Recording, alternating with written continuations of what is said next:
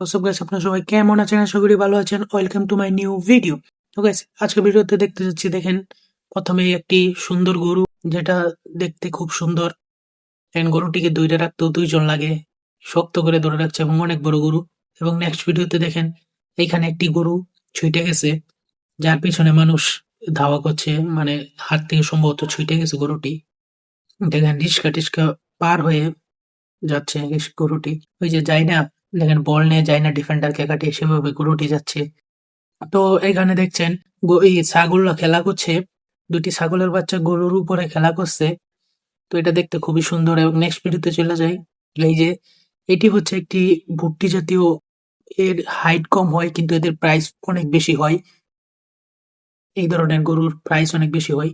তো নেক্সট ভিডিওতে দেখেন এইখানেও আরেকটি গরু ছুটে গেছে। এই গরুটিকেও ধরে রাখা যাচ্ছে না, ও না ছুঁইটে যায়নি, একে ধইরে রাখতে পারছে না, মানে গরু প্রচুর শক্তি খাটাচ্ছে।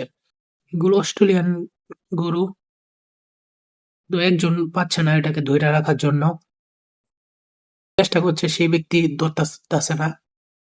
তো আমরা নেক্সট ভিডিওতে চলে যাই। এই গরুটি, ও গরুটা বিক্রি হয়েছে সম্ভবত।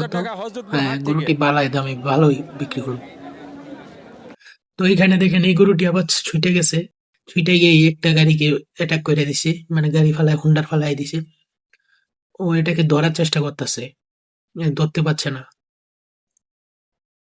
চেষ্টা করতেছে ধরার জন্য, এই গরুটাকে ধরে রাখতে পারছে না। তো এখানে দেখেন, ও এই গরুটার শিং দেখছেন কত বড়, এটা শিং না অন্য কিছু? এই গরু জাতীয় শিং সম্ভবত বড় হয়।